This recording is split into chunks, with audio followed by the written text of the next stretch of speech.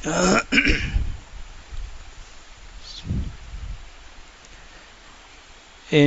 الحمد لله نحمده ونستعينه ونستغفره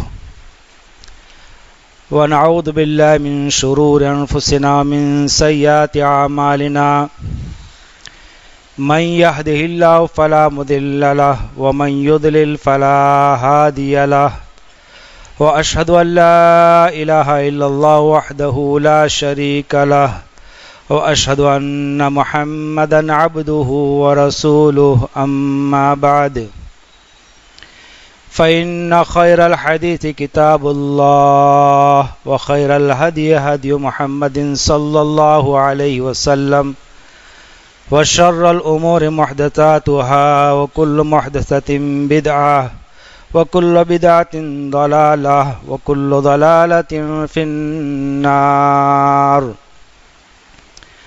أعوذ بالله من الشيطان الرجيم. بسم الله الرحمن الرحيم. قاف والقرآن المجيد بل عجبوا أن جاءهم منذر منهم فقال الكافرون هذا شيء عجيب أئذا متنا وكنا ترابا ذلك رجع بعيد قد علمنا ما تنقص الأرض منهم وعندنا كتاب حفيظ بل كذبوا بالحق لما جاءهم فهم في أمر مريج أفلم ينظروا إلى السماء فوقهم كيف بنيناها وزيناها وما لها من فروج والأرض مددناها وألقينا فيها رواسي وأنبتنا فيها من كل زوج بهيج تبصرة وذكرى لكل عبد منيب ونزلنا من السماء ماء مباركا فأنبتنا به جنات وحب الحصيد والنخل باسقات لها طلع نضيد رزقا للعباد وأحيينا به بلدة ميتا كذلك الخروج كذبت قبلهم قوم نوح وأصحاب الرس وثمود وعاد وفرعون وإخوان لوط وأصحاب الأيكة وقوم تبع كل كذب الرسل فحق وعيد أفعينا بالخلق الأول بل هم في لبس من خلق جديد. أعوذ بالله من الشيطان الرجيم. رب اشرح لي صدري ويسر لي أمري واحلل عقدة من لساني يفقه قولي آمين. أعوذ بالله من الشيطان الرجيم. بسم الله الرحمن الرحيم. قد أفلح المؤمنون الذين هم في صلاتهم خاشعون. تمام تعریفیں، ہر قسم کی حمد اور ثنا اسی اللہ رب العالمین احکم الحاکمین کے لیے لائق، زیبا اور سزاوار ہیں، جو اللہ ہمارا اور آپ کا اور ساری کائنات کا اکیلا تنہا خالق، مالک اور رازق ہے۔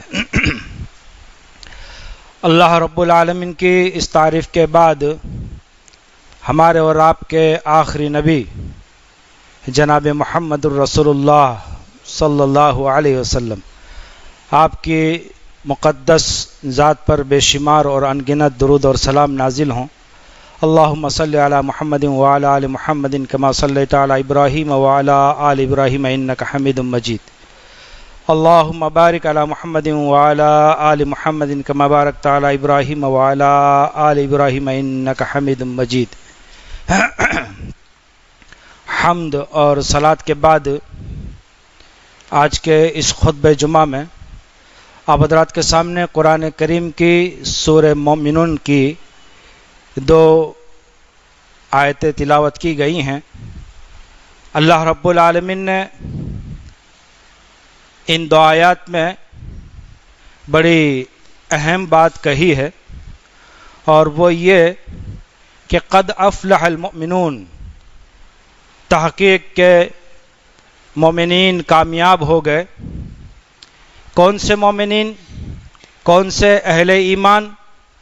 اللہ تبارک و تعالیٰ نے نچلی آیتوں میں اس کی وضاحت بھی کی کہ فلاں فلاں مومنین کامیاب ہو گئے۔ ان میں سب سے پہلا درجہ اللہ تبارک و تعالیٰ نے جن کو دیا ہے وہ لوگ ہیں الذین هم فی صلاتہم خاشعون، جو اپنی نمازوں میں خشوع اور خضوع اختیار کرتے ہیں۔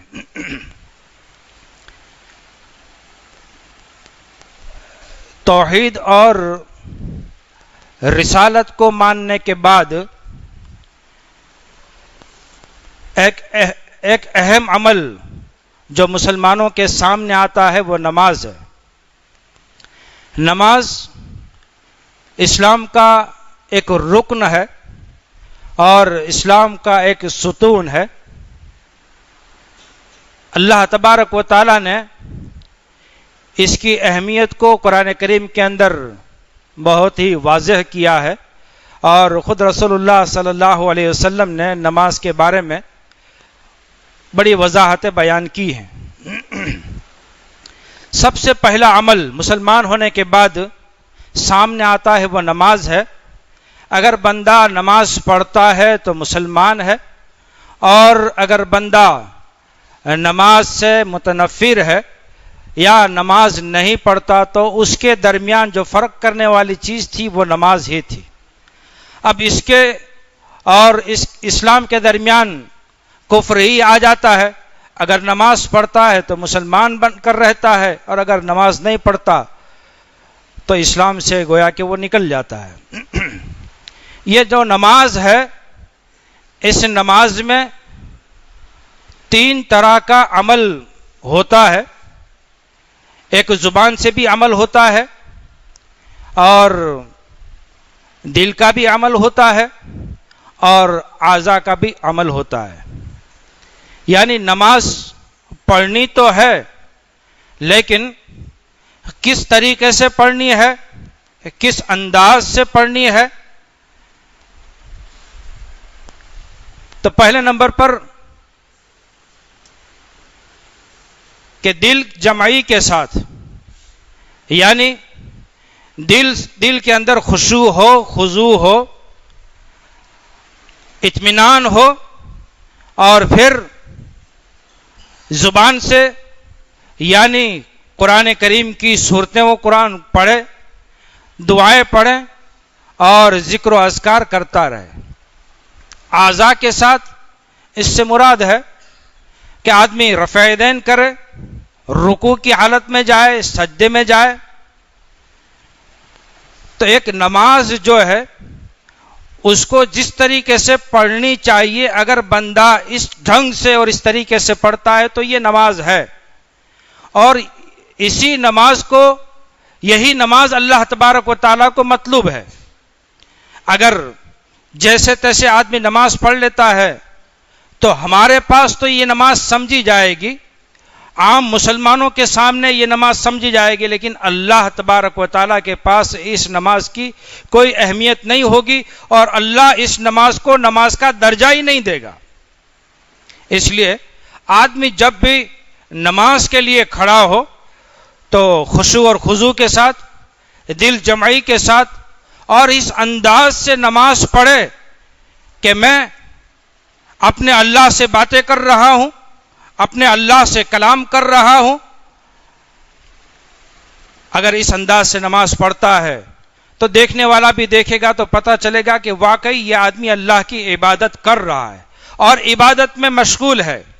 لیکن جیسے ہی نماز میں کھڑا ہوا، ہاتھ اس کا داڑھی میں چلا گیا، ہاتھ اس کا کہیں اور جگہ گھوم رہا ہے، حالت قیام میں ہے لیکن پتہ نہیں چل رہا ہے کہ یہ رکوع میں ہے یا سجدہ میں ہے۔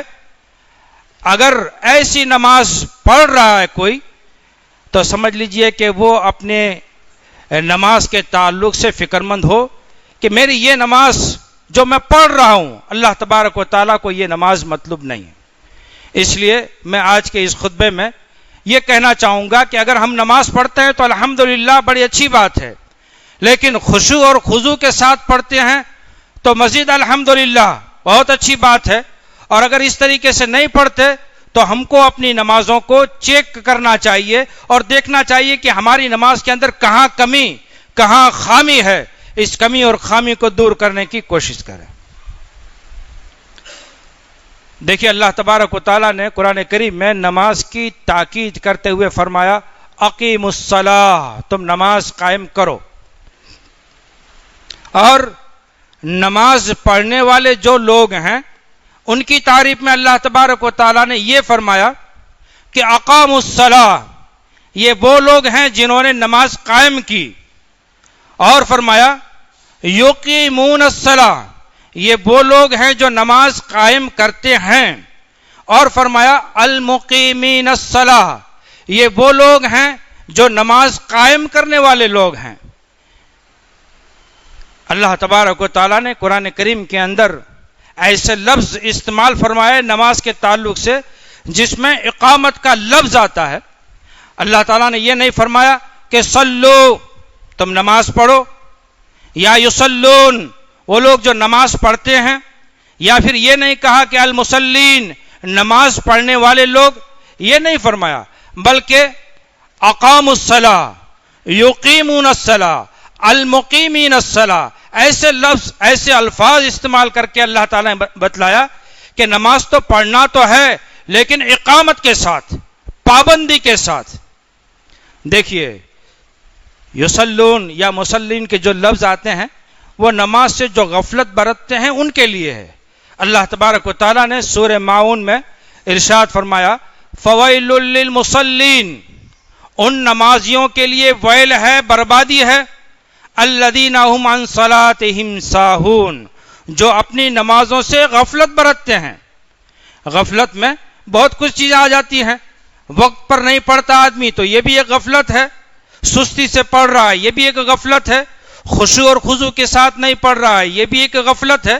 تو اللہ تعالیٰ نے فرمایا کہ ایسے لوگوں کے لیے ویل ہے، بربادی ہے، جو اپنی نماز کو غفلت سے پڑھتے ہیں، ٹال مٹول کے ساتھ پڑھتے ہیں. مفسرین کرام نے اقامت صلاۃ کے معنی یہ بھی بیان کیے ہیں کہ خشوع اور خضوع کے ساتھ نماز پڑھنا، خشوع اور خضوع کے ساتھ نماز پڑھنا، یعنی بندہ اس انہماک کے ساتھ، دل جمعی کے ساتھ اس انداز سے نماز پڑھے کہ خود کو بھی یہ احساس ہو کہ ہاں واقعی نماز پڑھ رہا ہے، یہ اپنے اللہ کو یاد کر رہا ہے. اور دیکھنے والے جو ہیں وہ اگر نمازی کو دیکھ لیں تو انہیں بھی یہ احساس ہو کہ واقعی یہ عبادت کر رہا ہے. اگر غفلت سے نماز پڑھی جائے، جیسے آج بہت سے مسلمانوں کو ہم لوگ دیکھتے ہیں کہ نماز تو پڑھتے ہیں لیکن جس طریقے سے جس انداز سے نماز پڑھنی چاہیے ایسے نہیں پڑھتے. تو ایسے نماز تو رسول اللہ صلی اللہ علیہ وسلم کے دور میں منافقین بھی پڑھتے تھے، وہ بھی پڑھا کرتے تھے جن کے دلوں میں نفاق تھا. وہ نمازوں میں پیچھے نہیں رہتے تھے، الا یہ کہ فجر کی نماز اور عشاء کی نماز ان کا نفاق ظاہر کر دیتی تھی، لیکن دوسری نمازوں میں وہ اللہ کے نبی کے ساتھ، صحابہ کے ساتھ کھڑے ہو جایا کرتے تھے اور نماز پڑھتے تھے. لیکن ان کی نماز اور مسلمانوں کی نماز کے اندر ایک بہت بڑا خلا پایا جاتا ہے، بہت بڑا فرق تھا. اللہ تبارک و تعالیٰ نے ان کی نماز کو قرآن کے حروف بنا دیے اور اللہ نے فرمایا سورہ نساء میں وَإِذَا قَامُوا إِلَى الصَّلَاةِ قَامُوا كُسَالَىٰ يُرَاءُونَ النَّاسَ وَلَا يَذْكُرُونَ اللَّهَ إِلَّا قَلِيلًا. یہ لوگ نماز تو پڑھتے ہیں لیکن کسالہ، سستی کے ساتھ، دل نہیں لگتا نماز پڑھنے میں. زبردستی آتے ہیں، دیکھتے ہیں صحابہ پڑھ رہے ہیں، نبی پڑھا رہے ہیں، اس لیے ان کو مجبوراً اپنا گھر چھوڑنا پڑتا ہے، مسجد میں آ جاتے ہیں. اللہ کو جیسے یاد کرنا چاہیے ایسے نہیں کرتے، نماز کے اندر سستی پیدا ہو جاتی ہے. اللہ تعالیٰ نے ان کی سستی کو نوٹ کیا اور کہا وَإِذَا قَامُوا إِلَى الصَّلَاةِ قَامُوا كُسَالَىٰ يُرَاءُونَ النَّاسَ، لوگوں کو دکھلاتے ہیں. دوسری ان کی خامی، پہلی خامی ان کی اللہ نے یہ بیان کی کہ وہ سستی سے نماز پڑھتے ہیں، اور دوسری خامی کا ذکر اللہ تعالیٰ فرماتا ہے کہ وہ لوگوں کو دکھاتے ہیں. ہاتھ باندھتے ہیں تب بھی ان کے ذہن کے اندر یہ ہوتا ہے کہ مجھے فلاں دیکھ رہا ہے. رکوع سجدہ میں، قیام میں اور جلسہ میں جو بھی نماز کے جس حصے میں بھی ہوتے ہیں ان کے ذہن کے اندر یہ باتیں گردش کرتی ہیں کہ مجھے فلاں دیکھ رہا ہے، اس لیے وہ اچھی سے اچھی نماز پڑھنے کی کوشش کرتے تھے، لیکن پتہ چل جاتا تھا کہ یہ ہیں منافق، ان کا دل نماز میں نہیں لگتا۔ اور تیسری چیز اللہ تبارک و تعالیٰ نے بتلائی، وَلَا يَذْكُرُونَ اللَّهَ إِلَّا قَلِيلًا، یہ نماز میں اللہ کو تھوڑا ہی یاد کرتے ہیں، تھوڑا یاد کرتے ہیں۔ دعائیں پڑھتے ہیں تو پھٹافٹ اسپیڈ سے، قرآن پڑھتے ہیں تو اسپیڈ سے، ان کو تو یہ احساس ہوتا ہے کہ جیسے ہی سلام پھیرے ہم مسجد کے باہر بھاگ جائیں۔ یہ ان کی نماز، اللہ تبارک و تعالیٰ نے ان کی نماز کا ذکر کیا کہ ان کے اندر 3 قسم کی خامیاں ہیں۔ پہلی خامی تو یہ ہے کہ سستی سے پڑھتے ہیں، دوسری خامی یہ ہے کہ وہ دکھا کر لوگوں کو پڑھتے ہیں، اور تیسری چیز ان کے اندر یہ ہے کہ وہ اللہ کا ذکر بہت کم کرتے ہیں۔ ہمیں اپنی نمازوں کو چیک کرنا چاہیے، اگر ہماری نماز سستی والی ہے اور سورت بھی پڑھتے ہیں جلدی سے، قرآن پڑھتے ہیں جلدی سے، رکوع سجدہ اگر جلدی سے کرتے ہیں، تو سمجھ لیجئے کہ ان کی نماز اور ہماری نمازوں میں کوئی فرق نہیں ہے۔ جیسے وہ نماز پڑھتے تھے ویسی ہماری نماز ہے۔ اس لیے آج کے اس خطبے کے ذریعہ سے میں یہ پیغام دینا چاہوں گا کہ آپ اپنی نمازوں کو چیک کیجئے، اور اگر آپ کا ہمارا کوئی بھائی اس انداز سے نماز پڑھتا ہے کہ نماز شروع ہوئی اور اس کا ہاتھ داڑھی میں گیا، نماز شروع ہوئی اور اس کا ہاتھ کہیں کھجلی میں لگ گیا، آپ اس کو اچھے سے اچھے انداز میں سمجھائیے کہ یہ نماز نہیں ہے۔ ہاں انسان ہے، انسانی ضرورتوں کے تحت اس کو اگر کھجلی آ جاتی ہے، کھجلانا پڑتا ہے، کبھی مچھر پریشان کرتا ہے، کبھی مکھی پریشان کرتی ہے، یا اور کوئی تکلیف ہو جاتی ہے، تو یہ اس کا ایک عذر سمجھا جائے گا، اور عذر شریعت کے نظر میں عذر رہے گا۔ لیکن ایک عادت سی بنا لینا کہ نماز میں کھڑے ہوتے ہی ہاتھ فوراً کہیں دوسری جگہ پر گھوم رہا ہے، جمائیاں آ رہی ہے اور منہ کھولے جا رہا ہے، تو سمجھ لیجئے کہ اس آدمی کو نصیحت کرنے کی ضرورت ہے، اسے اچھے سے اچھے انداز میں سمجھانا چاہیے۔ دیکھیے رسول اللہ صلی اللہ علیہ وسلم نے ارشاد فرمایا کہ آدمی جب نماز پڑھتا ہے تو اللہ تعالیٰ اس کی نمازوں کو کچھ حصوں کے اندر تقسیم کر دیتا ہے۔ اگر نماز پڑھ رہا ہے لیکن دل جمعی کے ساتھ نہیں ہے تو اس کو 10ویں حصے کے برابر ثواب ملے گا، یا پھر 9ویں حصے کے برابر، 8ویں حصے کے برابر، 7ویں، 6ٹھے، 5ویں، 4تھے، تیسرے، یہاں تک کہ اس کو آدھی نماز کا ثواب ملے گا۔ نماز تو پوری پڑھی ہے لیکن دل کی حاضری نہیں ہے، زبان اس کی چل رہی ہے، پتہ نہیں میں کون سی سورت پڑھ رہا ہوں، دعا پڑھ رہا ہوں، بس وہ پڑھ رہا ہے، تو اس کو آدھی نماز کا ثواب ملے گا۔ اس لیے خشوع اور خضوع بہت ہی ضروری ہے۔ رسول اللہ صلی اللہ علیہ وسلم نے ایک موقع پر ارشاد فرمایا، اول شیء یرفع من هذه الامة الخشوع حتى لا ترى فيها خاشعا، سب سے پہلی چیز امت مسلمہ سے، مسلمانوں میں سے جو چیز نکل جائے گی وہ یہ ہوگی کہ خشوع، نمازی ہوں گے لیکن خشوع نہیں ہوگا، نمازی ہوں گے، مسجد کے اندر آئیں گے لیکن خشوع نہیں ہوگا، خضوع نہیں ہوگا، دل جمعی نہیں ہوگی۔ آئیں گے نماز پڑھنے کے لیے، چاروں طرف مسجد کو دیکھیں گے، پنکھے کو دیکھیں گے، لائٹ کو دیکھیں گے، چٹائیوں کو دیکھیں گے، ڈیزائنوں کو دیکھیں گے، خشوع نہیں ہوگا۔ نماز کے لیے آئیں گے، کھڑے تو یہاں ہے لیکن پورا ذہن کاروبار میں اور تجارت میں لگا ہوا ہے، تو ایسی نماز اللہ کو مطلوب نہیں ہے۔ اور آپ اس چیز کو بھی دیکھیے کہ کوئی بھی کام دنیا کا اگر آدمی اس کے پیچھے دل جمعی سے کام کرتا ہے، پورا دل لگاتا ہے، تو اسے کامیابی ملتی ہے۔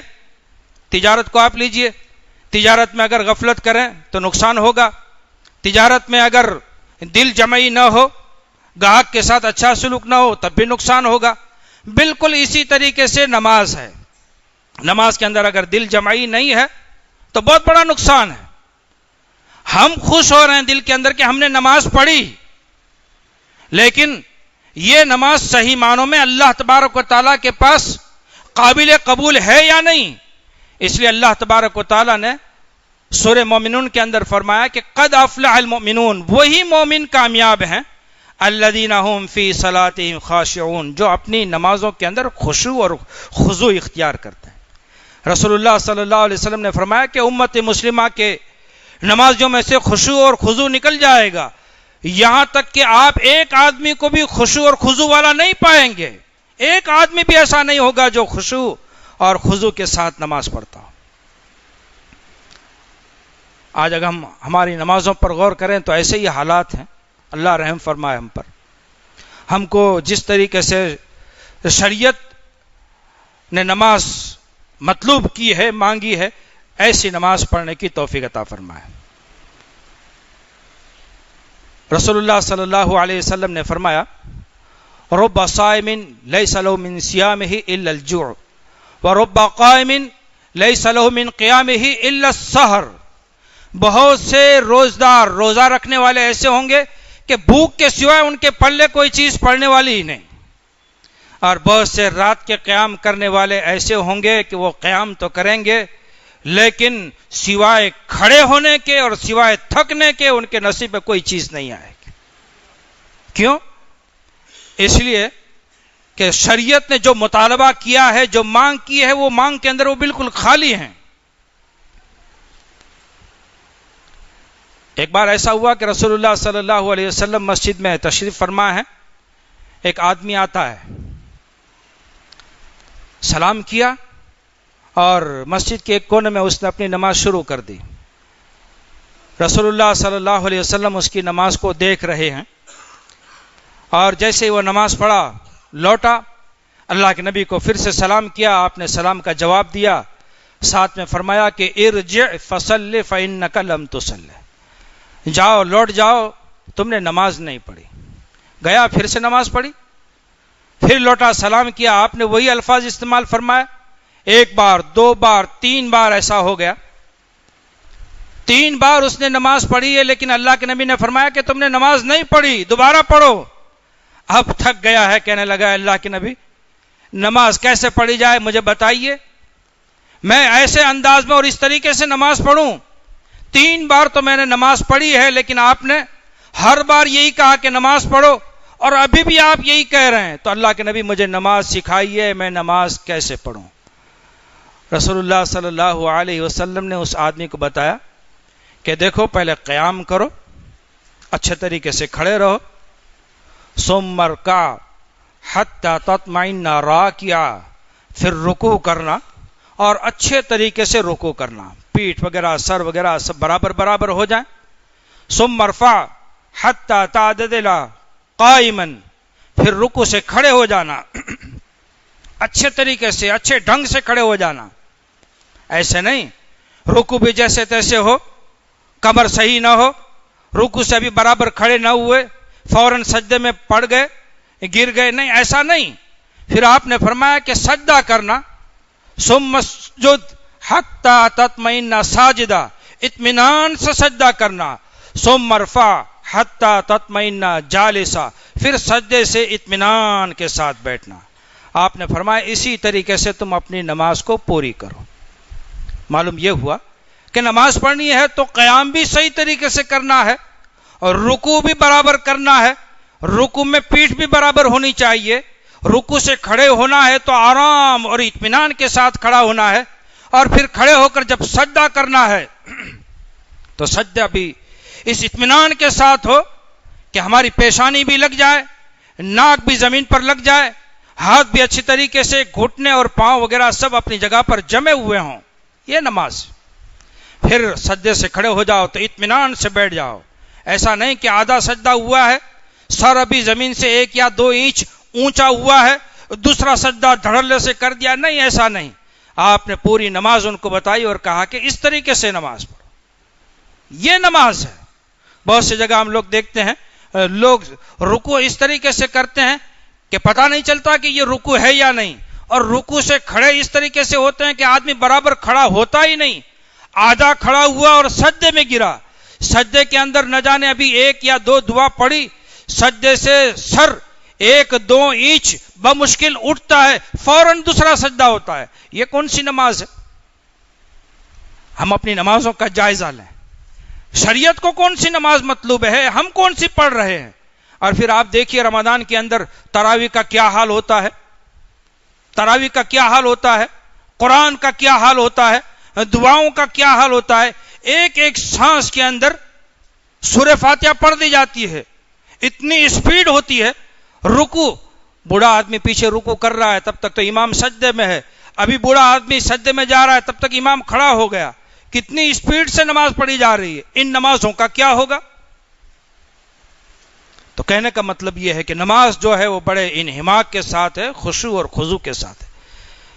رسول اللہ صلی اللہ علیہ وسلم کے ایک صحابی، انصاری صحابی ہیں، نماز کا وقت تھا، وہ سنت یا نفل اپنے باغ میں کھڑے ہو کر پڑھ رہے ہیں. وادی قف میں ان کا کھجور کا باغ تھا. نماز کی حالت میں کھڑے ہوئے ہیں اور یکایک ایسا کہیے کہ ایک انسان کی جو فطرت ہوتی ہے اس فطرت کے مطابق یا ان کو نہ چاہتے ہوئے بھی ان کی آنکھ ایسے اٹھ گئی. جیسے ہی آنکھ اٹھی تو کھجور کے جو درخت تھے اور کھجور آئی ہوئی تھی، پھل لگے ہوئے تھے، خوشوں کے اوپر جب نظر پڑی تو بس وہ نظر وہیں کے وہیں جم گئی، وہ نظر وہیں کے وہیں جم گئی. اور کھجوروں کو دیکھنے لگے. کھجور کی جو رونق اور کھجور کا جو خوشہ اور اس کی جو شکل و صورت تھی، اس کے اندر اتنا منہمک ہو گئے کہ وہ بھول گئے کہ میں نے کتنی رکعت پڑھی ہے. ہو سکتا ہے انسان ہے، انسان سے غلطی ہو جاتی ہے، بھول ہو جاتی ہے. ان سے بھی ایسا ہو گیا. اور جب ان کو احساس ہوا کہ میں کہاں ہوں، کس حالت میں ہوں، تب پتا چلا ان کی زبان سے بے ساختہ الفاظ نکل گئے. لقد اصابتنی فی مالی ھذا فتنہ، اس مال نے تو مجھے فتنے میں مبتلا کر دیا. میرا یہ مال کس کام کا، جو مجھے رب کی یاد سے، اللہ کے حضور میں کھڑے ہونے سے غفلت میں ڈال دے، جو میری نماز کے اندر نقصان کروا دے، جو میری نماز کو بھلا دے. یہ باغ کس کام کا، یہ کھجوریں کس کام کی، یہ خوشے کس کام کے. نماز پوری کی اور بھاگے بھاگے حضرت عثمان رضی اللہ تعالیٰ عنہ کے پاس پہنچے. اس وقت رسول اللہ صلی اللہ علیہ وسلم کو گئے ہوئے تقریباً 15-20 سال ہو گئے تھے. حضرت عثمان رضی اللہ تعالیٰ عنہ خلیفہ تھے. آئے، کہنے لگے عثمان، میں نماز پڑھ رہا تھا، ایسا معاملہ پیش آ گیا. کھجوروں کے درختوں پر اور کھجوروں پر جب میری نظر پڑی، میں اس میں اتنا مگن ہو گیا کہ نماز بھول گیا کہ میں نے کتنی رکعت پڑھی ہے.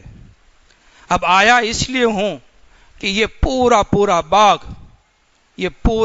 باغ میں آپ کو دے رہا ہوں صدقے میں. آپ اس باغ کو قبول کر لیجئے اور اسے چاہے تو بیچیں یا کسی کو دے دیں. حضرت عثمان رضی اللہ تعالی عنہ نے اس باغ کو قبول فرمایا اور اس وقت 50,000 روپیوں کا یہ باغ بیچا گیا. اب دیکھیے صحابی ہیں، کتنا کھٹکا لگا. نماز کے اندر ایک غلطی ہوئی ہے، کتنا کھٹکا لگا، کتنے پریشان ہیں. آج ہم نماز پڑھ رہے ہیں اور پھر آخر میں سجدہ سہو کر رہے ہیں، نماز پڑھ رہے ہیں پھر آخر میں سجدہ سہو کر رہے ہیں. ہماری نمازوں کے اندر کتنی غلطیاں ہیں، کتنی بھول ہیں، بار بار ہم بھول جاتے ہیں. وہ صحابی انصاری، ایک بار بھول ہوئی، پورا کا پورا باغ اللہ کے راستے میں دے دیا. یہ باغ نہیں چاہیے. تو نماز آدمی یہ سوچ کر پڑھے کہ میں اللہ کے سامنے کھڑا ہوں. نماز میں خشوع اور خضوع اسی وقت آئے گا جب آدمی یہ سوچ لے کہ میں اللہ کے سامنے کھڑا ہوں، میں اللہ کو دیکھ رہا ہوں. اگر یہ خیال نہیں پیدا ہوتا تو آدمی یہ سوچے کہ اللہ مجھے دیکھ رہا ہے، اللہ مجھے دیکھ رہا ہے. اور پھر حدیث میں آتا ہے کہ نماز جب تم پڑھو تو اس طریقے سے پڑھو کہ اس نماز کے اندر اپنی موت کو یاد کرو. اپنی موت کو یاد کرو کہ میں مر جاؤں گا، مجھے نہلا جائے گا، موت آ جائے گی، مجھے کفن دیا جائے گا، مجھے قبر میں پہنچایا جائے گا. اس نماز کے اندر اپنی موت کو یاد کرو، میں کس طریقے سے مروں گا. اور رسول اللہ صلی اللہ علیہ وسلم نے ایک موقع پر ایک صحابی کو نصیحت فرمائی اور ان سے کہا کہ جب تم نماز پڑھو تو اس طریقے